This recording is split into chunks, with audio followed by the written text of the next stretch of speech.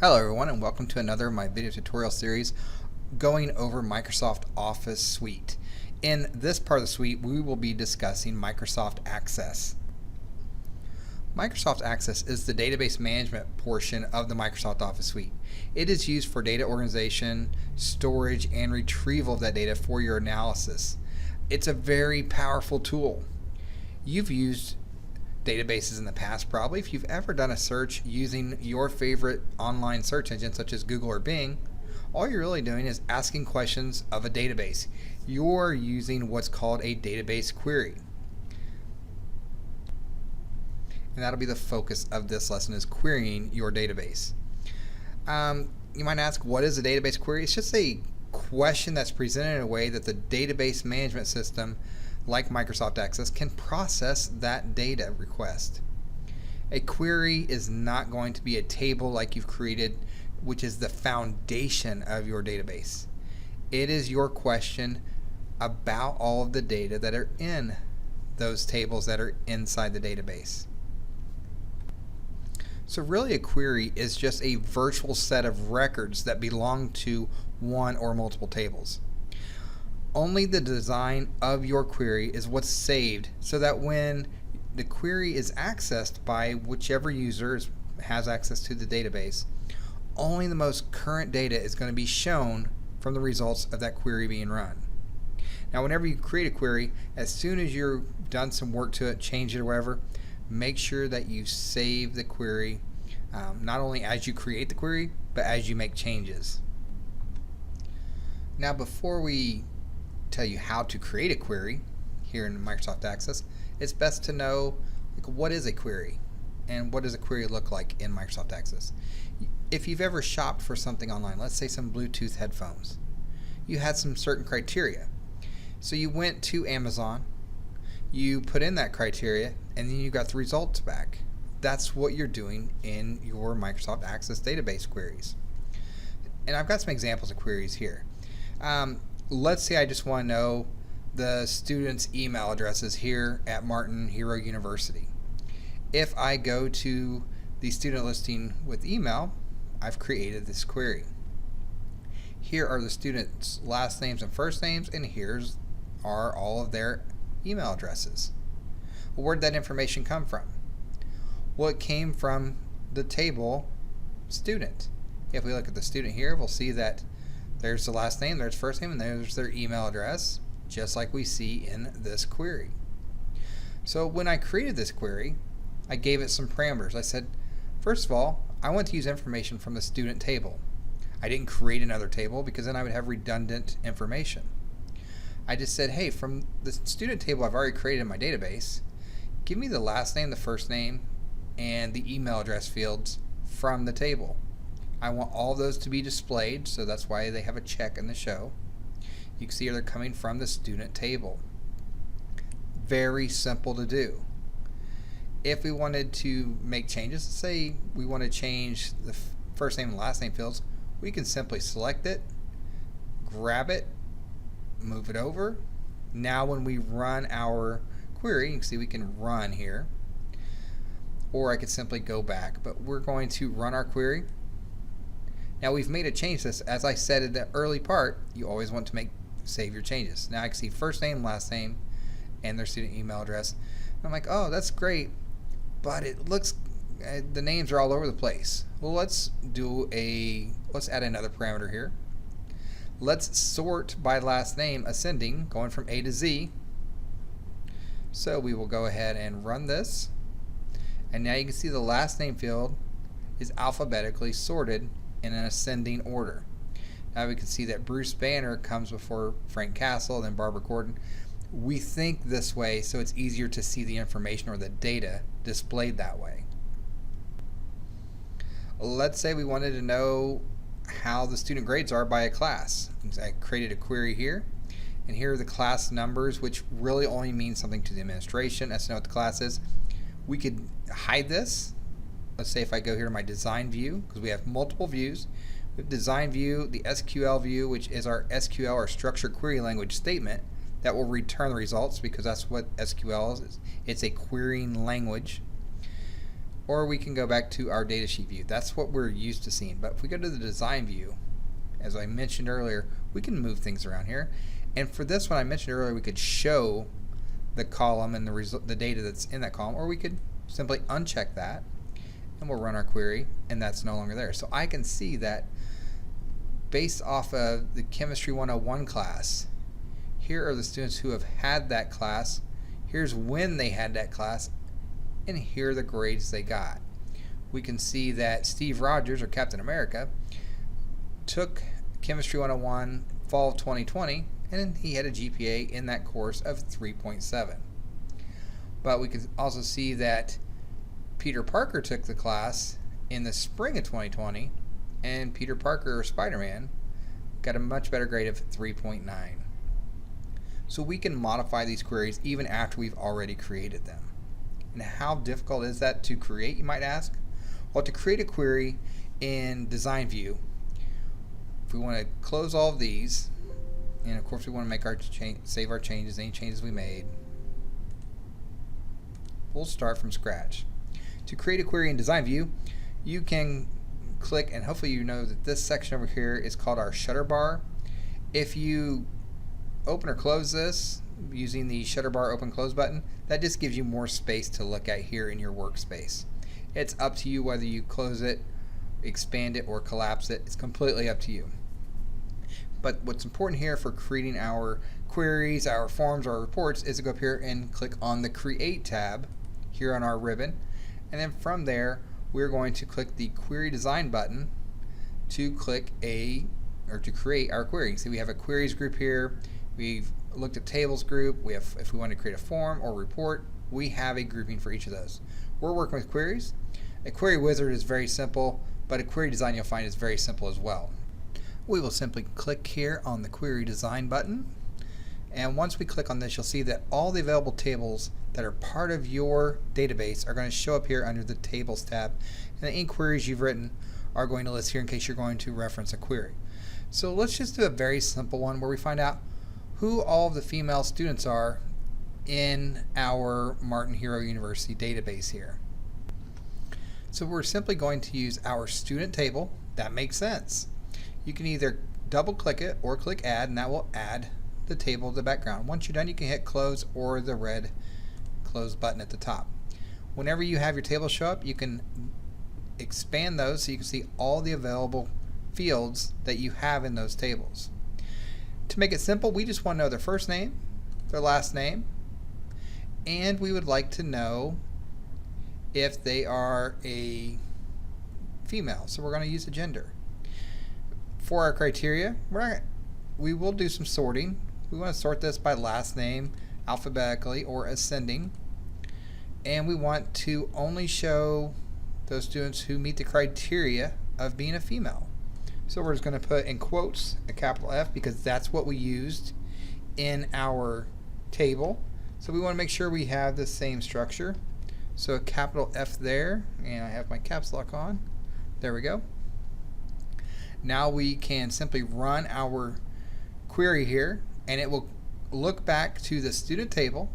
It will pull all of the student first names and last names who are females, and it will sort that in an ascending order. So we go up here into our results group, hit the run button, and there's our results. Of all of our students, we have 3 that are female. If we want to check and make sure our query is correct, go to instructor.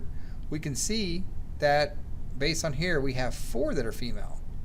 That's in our instructor table. So if we go and look at our female instructor query, we should see 4 there.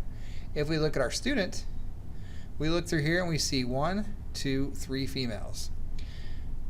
Now I will go ahead and pull up my female instructor's query that I created before. You can see there are 4 results here, just as we saw in our instructor table. And in our student table, we saw 3 females, and in our query we created, we see 3 females, so our query is correct. Now when we go to close this, it will ask us to name our query, or if we hit the save button, it'll ask us to save our query. So we're going to save that as female students.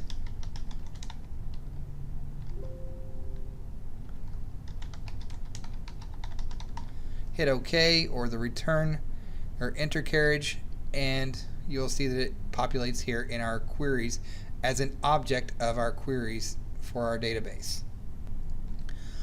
If we wanted to narrow this down a little bit further and we only wanted to see female students whose last name begin with R, we can change our query, an existing query.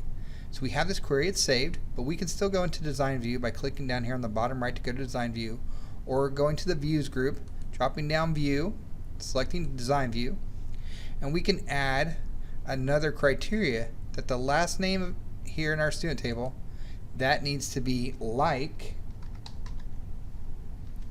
and we're going to put just a capital R, and we should only get one result. So we're going to run this, and we'll go back and check this. It should be like R and is a female. There's no need for any type of sorting. One thing I did notice here, I forgot to use a special character. When we're querying databases, we have special characters, and in this instance, since I don't know how many letters are after the R, I'm going to put the asterisk. Now that when I run this, I should get the result that we're looking for, Natalie Romanoff, which we did. Had I known exactly how many letters there were, I could have used the question mark for that many letters. Well, there's only one way to do that, and that's to try that. So we'll say like R, and instead we'll use our question mark for our special character. We'll have 7 of those. And we'll see if I counted right. We will run this, and you can see we get the same result because there are 7 characters after the R in Romanoff. So that's using special characters.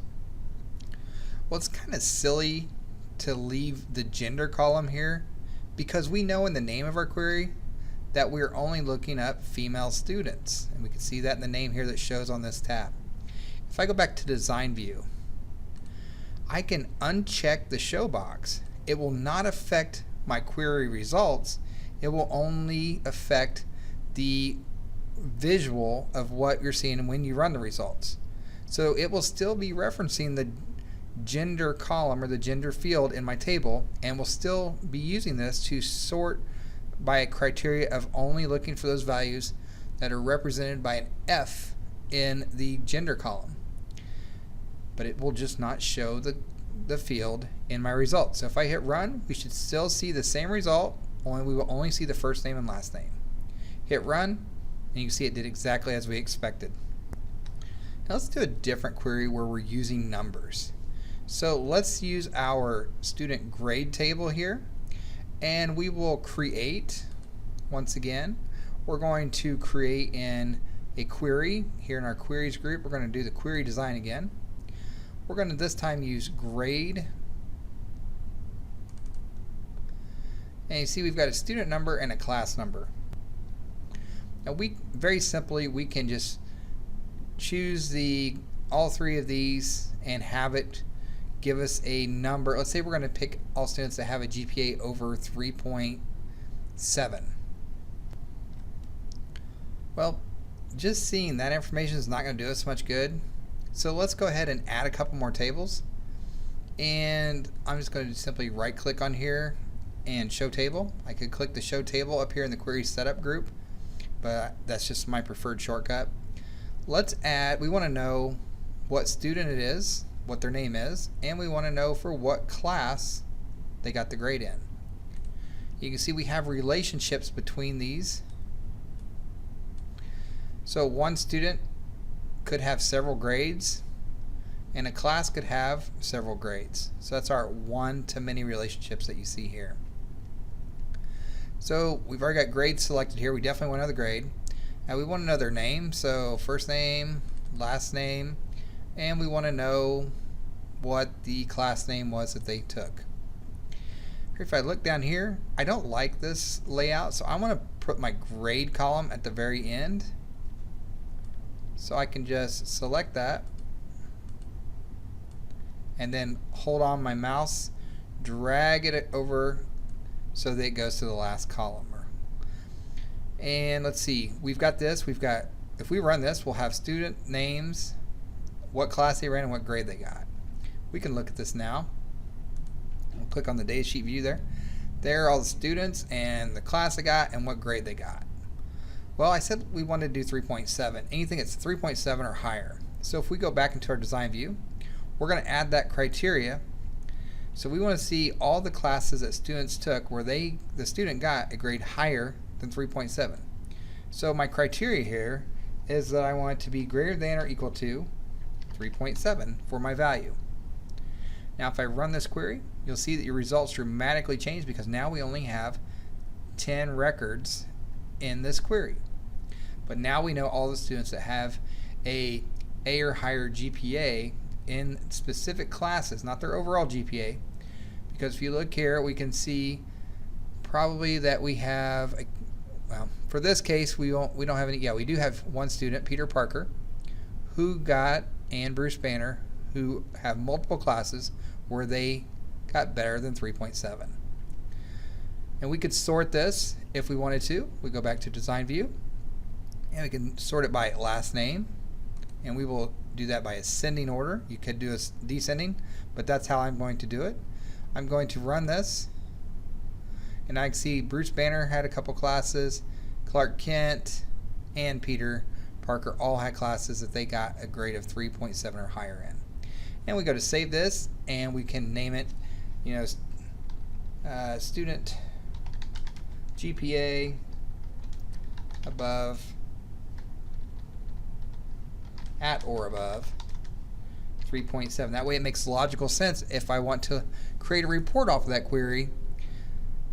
And of course it doesn't because I put a point in there. Alright, so if I want to try to trick this, I can use an underscore instead of a decimal. And now I've created a report with a number in my query and being able to use that to assist with analyzing my data. Now we can do a compound criteria. If we want to go back here into design view, we can say where the criteria is this, or the student's last name begins with P. So we have this criteria or this. So we could change it just by simply putting that criteria in. As I said, like P, and I will do a %, and then quotes. Now this should not change. If we run this, we still have our 10 records. But if we look back to our grades, or if we remove that criteria 3.7, we would find that there are some names that aren't on here that we could use. If we go back and we compare this list with our student list, we can use a name and have that included in here to where their name is in here and does not have a GPA of 3.7 or above. Now I know Barbara Gordon's name's not in here, so I will just use that as my reference point. Let's just say where the last name is like Gordon, and I'll hit run. We should see Barbara Gordon's name in here. You can see that she did not meet the criteria 3.7, so my query said give me all students whose GPA is 3.7 and above, or their last name is Gordon. So that's what's known as a compound criteria. And you can also do that with the and word as well. So maybe I want to change this to I want all students who have greater than or less than or greater than or equal to 3.7 and their first name is Peter. So that would include that. So if we put this on the same line and we run our query, you will see that Peter Parker is the only person who's in my results, because we're saying it has to meet both criteria. It needs to be a student whose last name is Parker and their GPA is 3.7 or above. So that is a compound compound criteria involving the AND portion. Hopefully you can see it's very powerful in what we're doing here, because we've joined multiple tables, we have shown different search criteria options, and we've shown how to use logical operators such as AND and OR to filter our data. Because the information that's in our tables, that's just raw data. We want to take data and make that useful information from which we can then gain knowledge to help make predictions and make decisions, and it's just not a lot of usefulness to us to just have raw data. So that is the point of having our tables that are, and making sure that we have relationships that exist between these tables so that we can run efficient queries and then have results to help with that knowledge that we gain by having those reports that we generate. An example is this: if we ran a report off of this based off this query, and we saw that the number of students who got 3.7 or higher was all of a sudden 1 student instead of the normal 15 or 10, then we might see what happened during this term as to why our student GPAs in their classes dropped. One way to make this process easier for us to put information into our tables up here are to create forms. These input forms allow us to put information directly into our tables without having access to our tables. So when we set up permissions and stuff like that, we could have an admin person who puts in data, but they don't have access to the actual tables, but we have given them rights to add but not remove or delete data that already exists in our tables. So let's just say we have a form here for our instructors to be able to input grades. So if I want to put in a new one, I'll go down here to my navigation controls, hit new blank record, and student number would be based off of what the student's number is that's been assigned to them, and we'll just assign a grade for, I don't know, let's just pick Clark Kent, number 11 here. So we'll say the student's number is 11.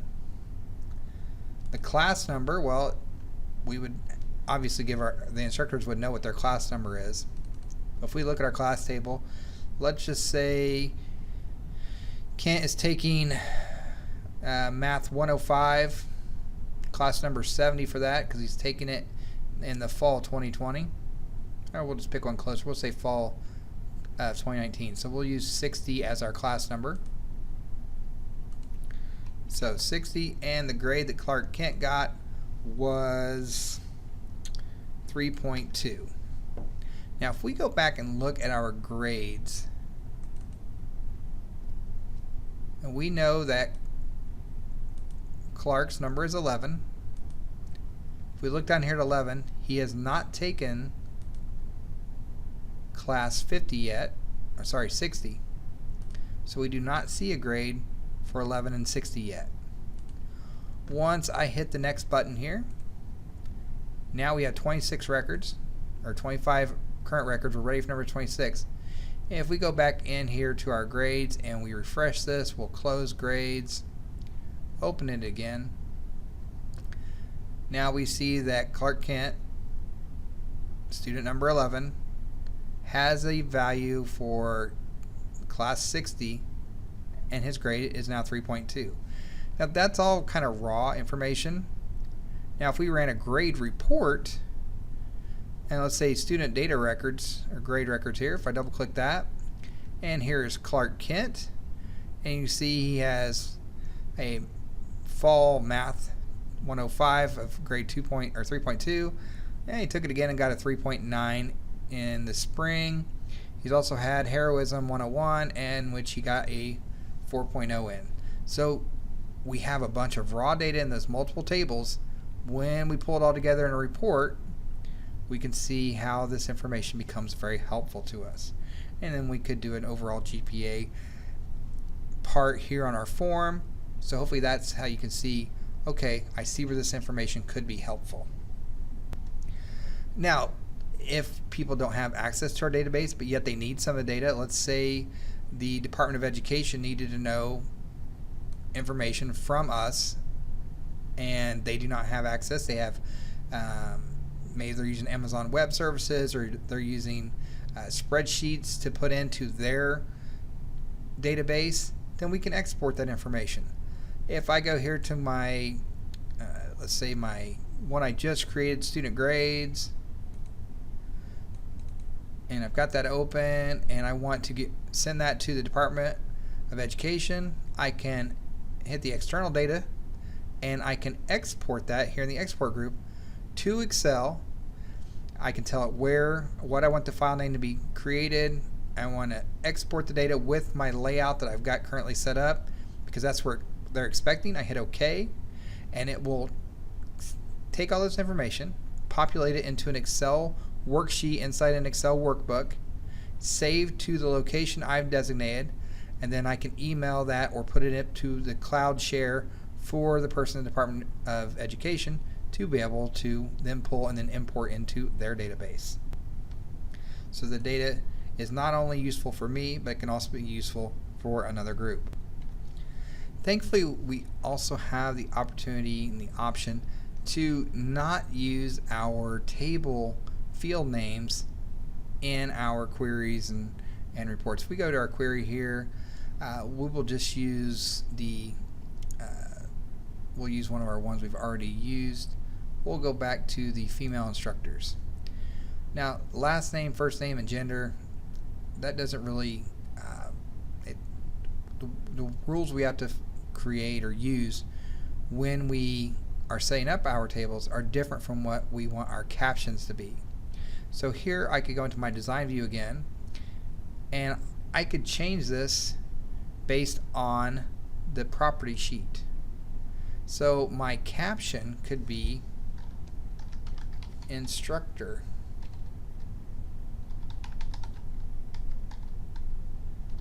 First name.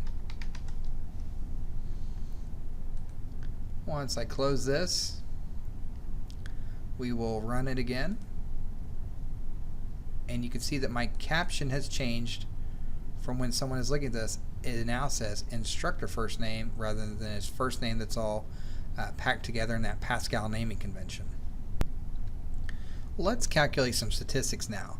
Let's figure out what the average grade is in our classes. So let's create a new query for that. So we'll go to create. We'll click on query design. We know that we want to know the name of the class, and then we want to know the grades for that class. So we've selected those two tables. Now we want to know the class name. We could care less about the class number. We could do by term as well.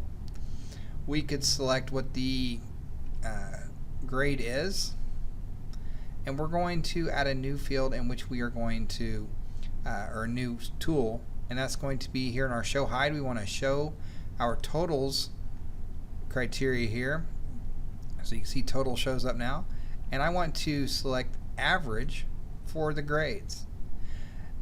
I probably would want to do this by term, or we could leave it like it is and see how that comes out. Let's just do ascending, and we'll run our query, and we can see, yeah, I don't like this goes by fall and then spring as to when they're coming. Remember, if you see these here, that means you need to expand the size. You can see how far out this is rounding, and we can make that change if we want. But we can see that our average grade in Accounting 101 in fall 2019 was 3.25 based on all of the students' grades for Accounting 101. So we've got some statistical calculations performed for us, all from the raw data. Now, if you were doing this in Excel, that would be a whole nother worksheet and a whole nother calculation. When you want to change it, you have to go update it. Here, when you make changes in the tables, your queries, when you run them, will be updated to the latest data that's been populated. Now, if we want to know just the overall, how are our grades overall in each of these classes rather than spraying them out, we can go back into Design View, remove this. That way we don't even need to worry about term. So we could select, remove term, and that will just by selecting it, hitting delete. Now, regardless of term, we're going to average the grades for every class. So if we run this now, we'll see that each class is now distinct, as we only see one Accounting 101. We see only one Chemistry 101, one only Math 101, 105. And those are the overall average grades for every section of accounting. We can see that based on this, if we wanted to sort this, we can go back here and we were going to sort this ascending, or we can do it descending this time. We can run it. Now when we look at this, when we run this, we can see this. Oh, okay, biochemistry is our highest GPA class. People are doing very well in biochemistry, but we're struggling in the Math 105. So now, as a collective, we might need to look at the Math 105 class to see why students aren't performing as well in this, as it's well below our overall average of 3.44-ish. So we can focus our efforts to then see if there's something we can do to help our students. So we can get knowledge from our data that has been turned into useful information. That is it for this video tutorial over querying a database. Hopefully you've realized that throughout this lesson we've learned how to create queries using our design view. We've been able to include fields in the design grid. We've used text and numeric data in our criteria. We've learned how to save our queries and use those saved queries and why it's useful taking raw data and making it into useful information. We've also created and used some different parameters. We've used some compound criteria. We've sorted the data in our queries, shown you how to join tables in our queries, to create a report and a form based off of a query, how to export data if needed from our queries to some other application, as well as performing some calculations and calculating statistics in our queries. So thank you for following along in this video. I know access and overall working with databases is typically a topic that some people struggle with, or they're just scared of it because it's nothing like the other parts of the Office suite. So hopefully you found some of this information helpful and you go on and you practice this information on your own so that you become better with using the tools in Microsoft Office and being able to even apply those to other databases that are going to be much more complex, but at least you'll have an understanding of what makes up a database.